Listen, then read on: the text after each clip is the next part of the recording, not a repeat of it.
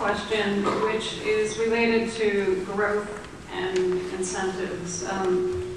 This question was actually proposed by Samuel Jacobson, who's an undergraduate at Rice University in the School of Architecture. The respondents will be Jenny Hoon and Reed Wilson. Question 4. Houston has grown with the proven formula of private investment following public investment in infrastructure. The city has been able to use its authority over municipal utility districts within the extraterritorial jurisdiction to guide greenfield development on the city's edge, ensuring a good business climate for developers, economic growth, and continued expansion of the property tax base. Another potentially similar form of control over infrastructure is the city's control over mass transit and its investment in the light rail system. This has not been very effective at guiding development in the city's urban core, where developers seem to be more responsive to tax-based programs, for example, the TERS, the tax increment reinvestment zones, than direct investment in infrastructure. Given the controversy over the Buckhead Investment Partners' proposal for a high-rise at 1717 Bissonnette, otherwise known as the Ashby High-Rise, might the city have been able to take a more proactive approach and incentivize the developers as well as the community to come to the table to transfer the project to a site, for example, along the Main Street corridor and the Metro's light rail line, in exchange for limiting the size of the proposed development on Bissonnette site. This type of planning would encourage innovation in terms of thinking as well as development for the future of the city of Houston. How might infrastructure be used to proactively shape or reshape Houston's already existing urban fabric? Peter Brown? Well, thank you. I happen to live 7 blocks from the Ashby High-Rise, so I know quite a bit about that, but I'm not speaking as a resident that would be directly impacted because I've taken a stand on this issue for decades. First of all, we need better standards so that the Buckhead group would not have bought that site in the first place. And we've got to relate incentives and standards to the kind of development that makes sense in certain areas. Development has not occurred along the light rail line, and I intend to create some incentives to change that. We need transit-oriented development. We've got a new ordinance that's percolating in the city right now to have urban corridor standards that would increase development in those areas. But I'll just say it again, somehow we've got to have a Houston-style approach where we relate development to infrastructure capacity and would use planning and standards and our infrastructure investments to get the results that we need. We don't have that. It's just, we're just letting the city happen and hoping for the best. We've got 100 square miles of the city left to develop, including brownfields. And it can either be really good or we can mess it up. And we're at a critical moment now. The city's starting to get a little crowded. There's less wiggle room. And that's why we need the planning, the standards, and we need to use infrastructure as a critical tool to get the results we want. And part of that is we have to protect our neighborhoods, and that should be part of this formula. I'm just very excited about the future of our great city with vision and planning. I think we can get it right, but it takes some real leadership. It's going to take some different ordinances, and I'll just add this. We need to do more with nuisance ordinances. There's a lot of intrusive development that we can control through nuisance ordinances. I'm going to take a moment. Thank you, Peter. Roy Morales?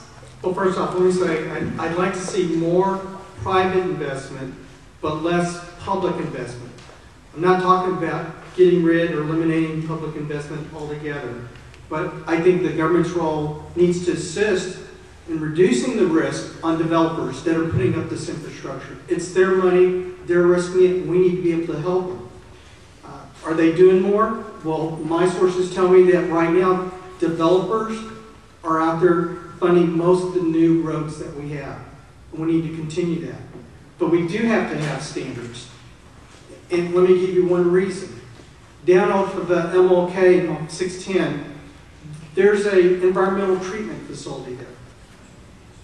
And right next to it, a couple of years ago, I started seeing development there of homes. I told the owner, I said, you wait a couple of years. I know what they're going to do. They're going to turn around, build the homes, and then the homeowners are going to sue you, or the developer's going to sue you. So we have to have standards in place to protect people that are already there, because what did they do this year? They sued the company. A company that had over 50 workers now have lost half of them because we didn't do smart planning ahead of time. That's what we need to watch out for. Thank you. Annise Parker?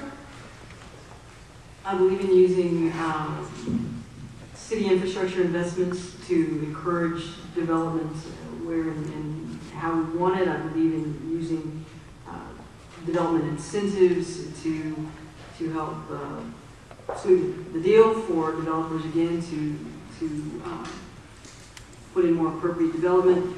I would absolutely like to have more tools, Hugh, for protecting intact residential neighborhoods. I don't know if that's the right way to do it, but your bill. But if we had a firm, deed restricted neighborhood, you wouldn't be having a discussion of the high-rise here.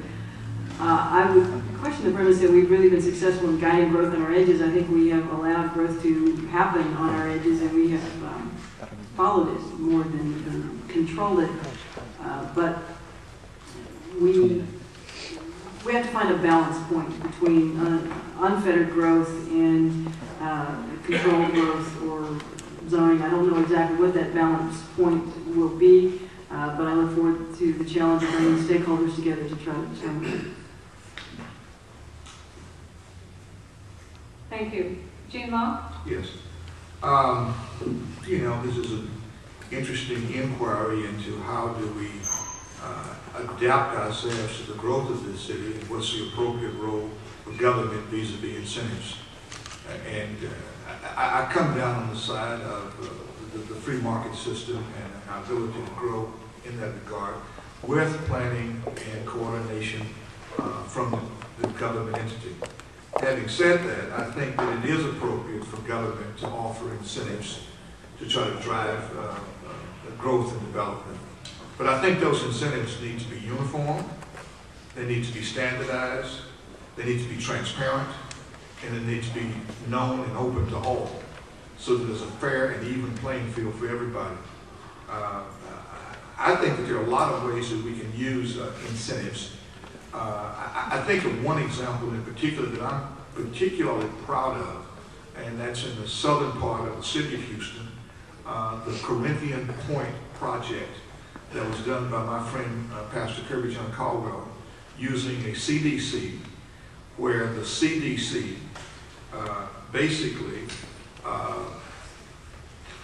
used its power to drive the infrastructure there that allowed for us to bring in affordable housing in the area. A tremendous event, and I'm not talking about workforce housing, I'm talking about good quality affordable housing. One example.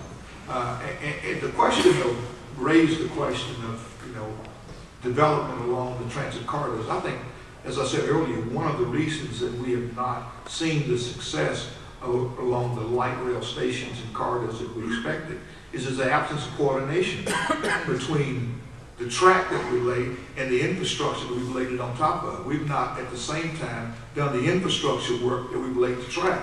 And so there you have a built-in contradiction. I think that's where coordination among governmental entities will really work well. Thank you. And TJ Huntley? I'd just like to say I'm also in favor of the incentive program. Have the building split up into two different buildings. We could have one located over there so it doesn't create very much traffic, and we could have the other location downtown or somewhere similar. That way it doesn't create a lot of traffic on the highways as well. But I do believe that we need to capitalize also on the current things that we have established, like Rice University and certain other areas like that. These areas are very diverse, where people come in and they bring in tax dollars, and a large group of people, they come in, they spend their money, and the city of Houston, they will benefit from that.